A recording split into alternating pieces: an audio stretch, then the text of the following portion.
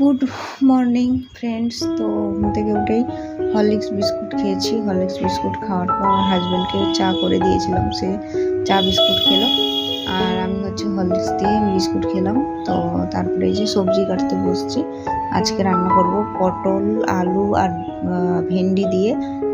ভেন্ডি পোস্ত। তো সব কিছু সবজি দিয়ে একটা পোস্ত দিয়ে করব। তো পটল, আলু, ভেন্ডি একসাথে করে আর পোস্ত দিয়ে করব একটা মাখা মাখা তরকারি, খুব সুন্দর ভালো লাগবে খেতে।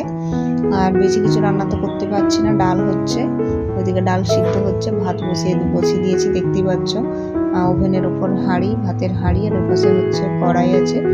তো ডাল হচ্ছে, সবজি কাটছি, তরকারিটা করবো। আর তরকারিটা হয়ে গেলে হচ্ছে 3-4 পিস মাছ আছে, মাছগুলো ভেজে নেবো, মাছের ভাজাই দিয়েই খেয়ে নেবো। আজকে আর কিচ্ছু রান্না করবো না, বেশি আমি রান্না করতে পারি না। 4-5টা পদ যে রান্না করবো বা 2-3টে পদ করতে পারি না। একটু ভালো করে রান্না করবো সেটা হয় না, ওই ভাজা একটা বড় যে তরকারি করি, একটু ডাল করি, ব্যাস এইটুকুই। তো কিছু করার নেই। কালকের মাছ আছে, কালকে মাছের ঝোল হয়েছিল, মাছের ঝোলের থেকে কিছু মাছ ভাজা রেখে দিয়েছিলাম। মাছের ঝোল যা হয়েছে। তো ওই ভাজাগুলো আজকে আর রান্না করলাম না, কারণ রান্না খেতে না খুব একটা ভালো লাগছে না। ভাবলাম ভাজা দিয়েই আজকে চালিয়ে দেবো। আর আজকে প্রচণ্ড রোদ, দেখতেই পাচ্ছ কীরকম পরিমাণে রোদ দিচ্ছে। তো বাইরের আকাশে শুধু একদম যেন সে টিউবলাইট জ্বলছে। তো যাই হোক, গরমটা পড়বে।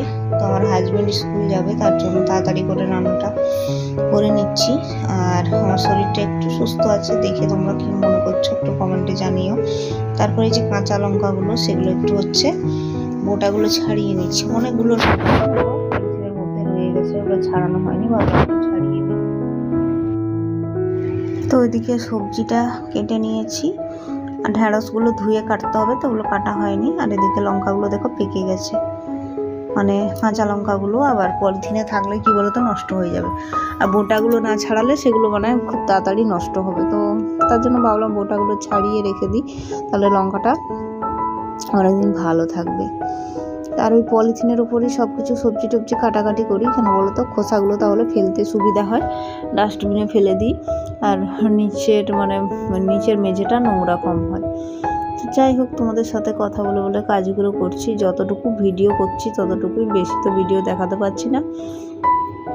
আর তোমরা একটু পাশে থাকো, যেদিন পারছি না সেদিন এমনি তোমাদের সামনে এসে বলে দিচ্ছি আমি যে আমার কি হয়েছে না হয়েছে। তো কি হয়েছে না হয়েছে সেটা বলিনি এখনও, সেটা তোমরা জানতেই পারবে। তো তারপরে এই যে দেখো রান্নাটা করে নিচ্ছি। এদিকে ভাত হয়ে গেছে, ডাল হয়ে গেছে, এদিকে এই যে ঢেঁড়স, পটল, আলু পোস্ত দিয়ে একটা তরকারি, মাখো একটা তরকারি করছি, মাছের ভাজা, ব্যাস এই হবে আজকের খাওয়া দাওয়া। আর এই যে পোস্ত বাটা হয়েছিল মিক্সিটা, সেটাতে জল দিয়ে রেখেছিলাম, ব্যাস ওই পোস্ত জলটা দিয়ে দিলাম। তো এটা অনেকক্ষণ ভাজা হয়েছে, তো আলু টালু প্রায় সেদ্ধই হয়ে গেছে, আর একটু মাখা হলেই নামিয়ে দেবো। তো তারপরে স্নান করবো না, খেয়ে নেবো। তো খেতে বসেছি, দেখো ভাত আছে, মাছের ভাজাটাকে পেঁয়াজ লঙ্কা দিয়ে মাখিয়েছি, ডাল।